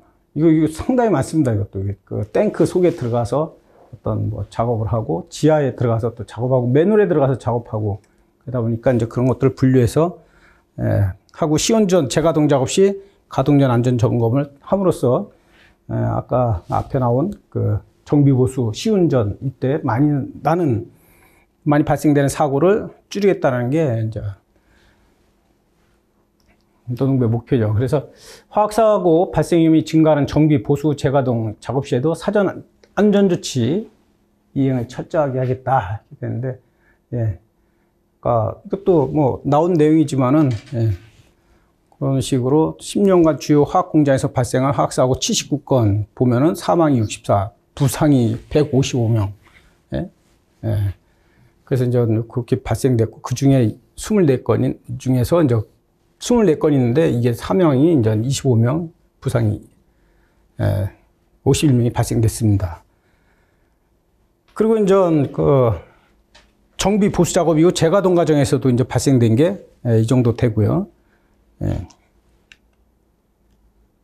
그래서 그거에 대해서 이제 그런 취약한 그런 항목에 대해서는 그 감독이라든가 어떤 평가라든가 그런 걸 통해서 프로세스를 바꾸고 그 사전 체크 기능이라든가 여러 가지 그런 걸 강화해서 이제 사고를 예방하는 거고요. 그리고 이제 그 비상대응 체계 수립 나와 있는데, 이게 사업장별 자체 비상조치 계획을 분석해 가지고 제대로 됐는지, 어떤 뭐 피해 확산 범위 같은 것들은 다 해놓은 건지, 그리고 외부 비상 기관 연락체계 구축이라든가 이런 건 작동성을 강화했는지, 이 화학사고는 조그만 어떤 뭐 일반 제조업체에서 나오는 그런 사고가 아니라 재난으로 이런 것들은 재난으로 발전할 가능성이 높기 때문에 주변 확산 방지, 그런 것들이 연기에 등이 좀 미흡하다. 그래서 가이드라인은 이제 제시를 하고요. 취약점 같은 것들을 보완하도록 이렇게 좀 하겠죠. 여기에 보면은 하나의 예를 들면은 어떤 사고가 났을 때 문자를 발송해가지고 차량을 우회한다든가, 아니면 뭐 어디로 바람 부는 방향 그쪽에 거주하는 사람들은 안전한 쪽으로 피난을 한다든가 그런 쪽으로 이렇게 지자체하고 같이 이렇게 코어케어가지고 할 수 있도록 그런 내용까지 전부 다 들어가는 겁니다. 저도 사실 처음에는 제조업 쪽에 이렇게 했다 보니까, 아니 우리가 뭐 사고가 나면은 무슨 주변에 있는 사람들하고 그 주변에 있는 사람들한테 알리고 뭐 하고 뭐 그렇게 뭐가 있지라고 이렇게 생각을 했는데, 위험물이라든가 여러 가지 그런 것들을 많이 쓰는 석유화학 같은 데서는 뭐 그건 빼놓을 수 없는 그런 항목이라고 볼 수 있겠습니다. 그리고 이제 사업장 자체 비상조치 계획 분석해가지고 비상대응체계 가이드를 개발하고, 뭐 비상기관 간 연락체계 구축 작동. 아마 각 방지센터가 있는 사업장도 있고 없는 사업장도 좀 있지만은, 책상이라든가 벽에는 전부 해당되는 기관이라고, 기관과 연락한 번호들이 다 작성돼 있죠. 붙어 있는데, 아니면 매뉴얼이라든가 그걸 얼른 빼가지고 다 보면 상세하게 다 들어 있습니다. 그래서 얼른 연락을 해서 같이 대응할 수 있도록.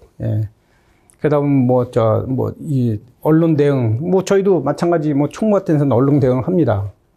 우리 쪽에서 사고 조사하고, 공무 쪽에서 지원 보상, 복구 같은 거 그런 거 하고, 그런 쪽으로 이렇게 해서 했듯이, 지자체에도 거기에 해당되는 부서하고, 부서가 이제 이런 것들을 맡겠죠. 그럼 대상 사업장에서 같이 코어해가지고 하면 될 거고요.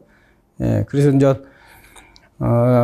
이 사회재난 범위를 중대사고까지 이제 앞으로 넓혀가지고 상시적인 산업재해 예방 활동을 한다, 이렇게 해야 되는데, 일단, 사업장에서 해야 될 거는, 이것도 역시 위험성 평가를 통해가지고 어디가 위험한지, 어디를 관리해야 되는지, 어느 공정에서 어떤 발생 가능한 위험 요인인지 이걸 다 거기서 걸러내야 되는 겁니다. 이거 보니까 막연히 그런 것도 하지도 않고, 여기는 뭐 위험을 쓰니까 있을 거야, 뭐 이런 게 아니라 좀 체계적으로 평가를 통해서 대책이, 이거는 그 발생 가능한 위험 요인이 있다는, 이건 폭발, 이거는 가스 누출, 뭐 이렇게 나오면은 거기에 대해서 대책으로 비상대응 매뉴얼을 작성을 하고 훈련을 하고 이렇게 되겠죠. 일단 뭐 그 사례를 한번 보겠습니다. 2018년 1월에서 2월 발생된 화재가 있습니다. 여기 보면은 두 병원에서 발생된 건데 차이가 좀 커요. 공통적인 거는 첫 불씨가 왕래가 잦은 노비층에서 시작됐고, 이른 아침 오전 7시에 화재가 발생이 됐습니다. 발화 원인이 전기압선도 똑같아요. 근데 피해 규모는 상당히 차이가 많습니다. 이게 이제 뭐 구체적인 실명을 넣어서 좀 죄송한데, 이 세브란스 병원에는 똑같이 아침 7시에 전기 합선으로 화재가 났는데 단순 연기 흡입으로 8명이 그렇게 됐고요. 이쪽에는 밀양에 있는 세종병원에는 사망자가 41명이나 발생됐습니다. 부상자가 150명이고. 크죠? 그 원인이 어디 있었냐면은, 여기는 화재 발생 직후 스프링클러 작동돼가지고 초기 진화에 성공을 했습니다. 뭐 각 구역별 방화문이 있고 소방 설비가 스프링클러도 있고 있는데 정상적으로 펌프 같은 거 다 작동돼가지고 그 화재 화점인데다가 이제 물을 방수를 하니까 이제 꺼졌겠죠. 그리고 이쪽엔 소방훈련이 관내 소방사고 합동훈련을 연일에 실시하고 자체 소방도 연 2회 실시를 했습니다. 그리고 재난과 사고 발생에 따른 뭐 매뉴얼 수립을 하고 운영 중에 있다 보니까 사고 발생 후 신고 출동까지 총 8분이 소요됐습니다. 상당히 잘했죠. 골든타임 안에 상당히 잘한 겁니다. 근데 이쪽에는 이게 스프링클러라든가 옥내 소화전이 없어요. 그래갖고 안 했죠. 뭐 혹시 뉴스로도 들은 분이 있겠지만은 그쪽에는 이 스프링클러 설치할 때는 어떤 기준이 있지 않습니까? 뭐 전체 면적이 얼마 뭐 이런 식으로 있는데 그때는 법을 빠져나와가지고 안 했던 것 같아요. 그러니까 이제 소방법 맹점을 최대한 이용해서 단속과 점검을 피함으로써 뭐 투자 비용은 안 들어갔겠지만은 이렇게 사고가 났을 때는 끔찍한 그런 결과가 나오는 거죠. 그리고 형식적인 자체 소방훈련을 실시하고 이런 거 많습니다. 이거 보면 저도 협력업체 같은데 이렇게 보면은 총무과장이 형식적인 어떤 셀프 점검을 실시하고 소방서에 제출하고 그래서 이제 소방서에도 이걸 보완하기 위해서 이제 법도 이렇게 많이 바꾼 걸로 알고 있는데, 예. 그리고 비상사태 매뉴얼 수립하고 신고 접수에만 뭐 7분이 소요됐다. 저기는 출동까지 8분인데 여기는 접수에만 이제 7분 됐다 그래요. 예. 그러니까 이제 결과가 상당히 차이가 많이 나죠. 그래서 저희도 이제 그런 것들을 예방하기 위해서 우리 비상 대응 연초에 진단 계획을 수립을 합니다. 그리고 이제 CEO한테 보고하고 사업장별 비상대응 진단을 실시하고 불시합니다. 그리고 이제 뭐 자체 인원으로도 하고 필요시 외부 진단 인원도 하고 그랬는데 이제 훈련 수준 레벨 3가 가장 낮은 거고요. 레벨 3부터 레벨 1까지 이렇게 해서 여기는 해당 공장 부서에서 대응하는 거고 사업장 종합 대응하는 거고 전사적으로 대응하는 그런 쪽으로 해서 평가를 해가지고 그린, 옐로우, 레드로 이렇게 나눠가지고 보고를 해서 우수 사업장은 포상을 실시하게끔 지금 하고 있는데, 한 내용을 그냥 사례를 좀 본다면은 초기 현장 대응, 비상 상황이 발생되면 초동 조치, 화재, 소화기를 제대로 쏘는지, 그리고 전파를 제대로 하는지, 환자가 발생되면은 CPR이라든가 아니면은 뭐 거기 부목이라든가 이런 것들을 대면서 제대로 하는지, 그리고 피난했을 때 어떤 인원, 직결지 인원 파악이라든가 이거 되게 중요하잖아요. 예. 상당히 중요한 내용인데 이런 것들을 어떻게 하는지 이런 거 보고 지소의 어떤 비상대응이라든가 외부 신고.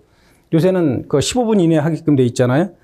그래서 그런 걸 시간 내에 하는지, 예. 그리고, 지휘권을 이양하고 방기 차량, 유관기관하고 이제 같이 제대로 코업이 되는지 그리고 이제 비상 대피 방송을 제때제때 어떤 우리가 시나리오를 주면은 그 시나리오를 방송하면서 거기 있는 사람들이 상황에 제대로 대응하면서 조치를 하는지 그런 것들을 이제 보고 평가를 합니다. 그리고 대관 언론 쪽에 이렇게 보면은 언론 대응 현황을 점검을 하고 부서별 사고 현황을 브리핑. 요새는 평판 사회라고 해가지고 잘못 거짓말을 하거나 투명하게 하지 않을 때는 바로 그냥 뭐라 그럴까요? SNS 쪽 다 올라가지고 완전히 그냥 털리잖아요? 예? 좀 속된 말로 털리는데, 그래서 절대 있는 그대로 해가지고 제대로 대응할 수 있도록 사전에 세미나도 하고 그렇습니다. 거기는 이제 제대로 할 수 있도록. 그리고 이제 그거를 가서 봅니다. 사고 내용 브리핑하고 현황도 브리핑하고 언론 대응을 어떻게 하는지 그런 내용도 좀 제대로 보고요. 그것도 다 평가에 다 들어가 있습니다. 그래서 종합 상황 관리에서 분야별 대응 현황을 공유해줘. 환경 쪽에서는 소화수 같은 것들이 이제 외부로 나가지 않도록 차단한다거나, 녹용 쪽에서는 보상, 인사, 정보, 유가족 연락 이런 것들. 그리고 대책위원회 다 나간 사람들 비상 연락을 해가지고 다 모이는데 어떤 시간이라든가 이런 것들을 다 체크를 하고 있습니다. 근데 우리가 이게 쭉 봤을 때 문제점들이 있는데, 이 상황이 발생되면은 과긴장을 하더라고요. 우리가 갖다 줘도 그래요. 그럼 만약에 화재가 나면은 훈련이 없다 하면 얼마나 과긴장을 했어요. 본사에서 나가서 이렇게 주기만 해도 좀 긴장한 그런 것들이 있는데, 그런 것도 좀 있고. 그리고 또 이제 전원 참여가 아닌 제한적 대응 훈련 또 하고, 그리고 대응 요령 같은 것들이 아레날이 불명확하고, 요게 이제 숙지가 안 된 그런 사항들. 심지어는 좀 죄송한 얘기지만은, 작동이 안 되는 그런 것도 있었습니다. 우리가 이제 메시지를 딱 주면은, 육성으로 전파보다도 화재 발신기를 눌러라 이렇게 하면 눌렀는데, 일주일 전에 고쳤대요, 이게. 그래가지고 이제 보수를 했는데, 그게 이제 테스트를 안 하고 좀 제대로 못해서 이제 작동 불량으로 나왔었는데, 이런 것들도 아주 중요한 거죠, 이제. 그리고 이제 인화성 액체 누출 같은 거 이렇게 됐을 때 어떻게 대응하냐 이렇게 보면은, 겨울에 눈을 치우기 위해서 이제 플라스틱 빗자루 같은 걸 갖다 놓은 거 있습니다. 근데 그거를 갖다가 인화성 액체를 쓴다라면 어떻게 되겠어요? 아까 인화성 액체는, 사고 원인이 정전기, 전기 설비 이런 게 좀 많이 있었잖아요. 정전기, 이건 이제 플라스틱 빗자루는 정전기에 아주 취약한 그런 거잖아요. 많이 발생시키지 않습니까? 근데 이거를 갖다 이용해서 한다면 그건 오히려 사고를 더 유발시키는 거죠. 그래서 이제, 경보 수시 반드시 현장을 확인하고, 아레날 이런 쪽으로 해서, 다 보고 있는데, 제가 이제 대만에 가서 이렇게 봤더니 갑자기 진단하는데 사람들이 다 나가더라고요. 신속하게, 울리면 바로 나갑니다. 그런 것도 상당히 좋은 것 같습니다, 보면. 그리고 이제 여러 가지 하면서 있던 내용들을 봤는데 그냥 참고로 이렇게 보시면 되겠습니다. 그리고 이제 그런 그 대체로 보면은 수용 불가 위험 요인에 대한 안전조치 그런 거, 밸브, 그리고 누출시 차단. 그럼 이런 것들을 평소에 잘 알고 있어야 돼요.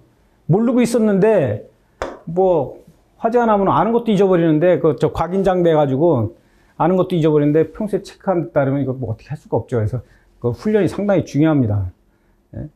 저희가 이제 그 전에 한 20년 전인가요? 종이 박스 창고에 화재가 나가지고 연기가 나서 이제 우리가 갔더니 그래도 크게 불길은 올라오지 않고 연기가 막 나갔는데 나중에 포크레인으로 다 박스를 치우니까 거기서 소화기 3대가 나오더라고요. 그거 쏴야 되는데 아주머니들이 급하니까 소화기를 그냥 통째로 던져가지고 3대가 나온 적도 있었어요. 그래서 이게 정말 심각하구나 그런 거를 아직도 기억이 나는데 그런 위험에 대응하는 그런 것도 좀 평소에 연습 같은 것도 좀 많이 해야 되겠죠. 마지막으로 학습 정리에서 이제 간단하게 몇 가지 말씀드리겠습니다. 화학사고는 사업장 내 근로자뿐만 아니라 지역 주민의 피해를 입힌다. 그럼으로써 이런 사례가 이야기하는 사례가 많음으로써 이제 유해 위험성 물질 취급하는 그런 쪽에는 예방활동 강화가 필요하다라는 거를 아까 앞전에 다 말씀을 드렸습니다. 왜 필요한지 그런 것들은 또 문제점하고 예방대책 그런 것들을 소개를 해드렸는데 한번 잘 보시면 좋겠습니다. 그리고 이제 사고 발생 빈도가 이렇게 상당히 높죠. 그리고 이제 계속 반복되지만은 보수 작업 때 많이 발생되고 정상 운전보다 시운전 이런 때가 좀 많이 발생되고 그럼으로써 여기에 대한 비정상 작업에 대한 안전을 강화해야 된다. 그리고 작업 전에 실질적인 위험성 평가를 통해서 위험을 파악하고 안전하게 작업하기 위한 계획서를 협력업체라든가 그런 쪽에 잘 제공을 해서 그 사람들이 위험에 노출되지 않도록 그렇게 해줘야 되는 거고요. 화학설비 개부수 작업, 화재 위험 작업, 화재 감시 작업, 이건 취업 대상자를 갖다가 취업 제한 대상으로 선정을 했으니까 나중에 이런 것들이 해당 교육을 다 이수를 했는지 제대로 했는지 그런 것들은 전 사전에 공사 작업 허가 발급할 때 체크를 해야 되는 거고, 뭐 협의체라든가 그런 걸 통해서 해당자들이 전부 교육을 받을 수 있도록 적극 홍보를 해야 되겠죠. 예. 그리고 이제 뭐 4대 화재 폭발 위험 작업에 대한 캠페인, 분위기가 중요한 거니까 캠페인도 전개하고 안전수칙 준수, 그런 분위기 조성하고 계속 나오죠. 정비 보수, 재가동 이런 때 이제 사전 안전수칙을 철저히 좀 하면서 4대 폭발 위험 작업, 절차라든가 작업 표준이라든가 밀폐 공간이라든가 시운전 이런 재가동 시 안전점검 절차 이런 것들을 좀 하고 강화하고 비상대 체계 이런 것도 아까 말씀드린 대로 그냥 감에 의해서 하는 게 아니라 위험성 평가, 해접 이런 것들을 통해서 어디가 위험한지 화재 폭발 누출 요인 분석하고 거기에 맞는 체계 매뉴얼을 작성해서 평소 교육 훈련을 한다면은 상황이 발생됐을 때 충분히 골든타임 안에 이렇게 대응을 잘 함으로써 어떤 피해를 최소화시킬 수 있는 그런 역할을 우리들이 좀 해주셔야 되겠죠? 예. 긴 시간 고생하셨습니다. 그럼 강의를 마치겠습니다. 감사합니다.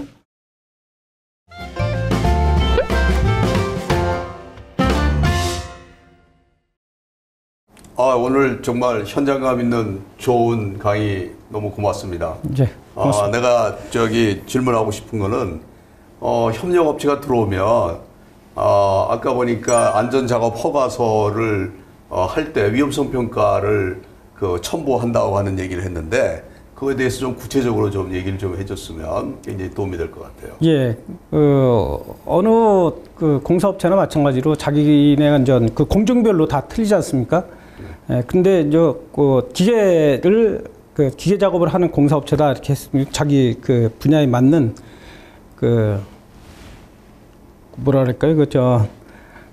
작업하는 단계들이 있지 않습니까? 저희는 그렇죠. 정문을 딱 통과해가지고 자재를 싣고 내리고 그리고 이제 갖고 가서 뭐 설치 공사라든가 보수 공사를 하는 그 과정을 디테일하게 좀 이렇게 단계별로 나눠가지고 거기에 발생 가능한 위험 요인들이 뭐가 있는지 뭐 추락 위험이 있다든가 아니면 불똥이 용접 시 불똥이 튈 위험이 있다든가 아니면은 뭐 어떤 매놀 같은 데 들어감으로써 아니면 저장 탱크 들어가면서 질식 위험이 있다든가 이런 것들을 다 파악해가지고 그 내용들 다 기록을 합니다. 그래서 그게 됐고 그리고 그 내용을 작업자들한테 공사업체 작업자들한테 교육이 다 시켜가지고 거기 사인이 다 된 경우 이제 작업 허가를 승인해주고 그리고 그렇게 됐는지 나중에 또 현장 가서 확인하고 하는 그런 시스템. 아까 얘기한 것처럼 JSA, Job Safety Analysis를 어떻게 보면 그 위험성 평가 아니에요? 예, 맞습니다. 그거를 반드시 첨부해야지만 작업 안전 작업 허가서가 나간다는 얘기죠. 예, 그렇습니다.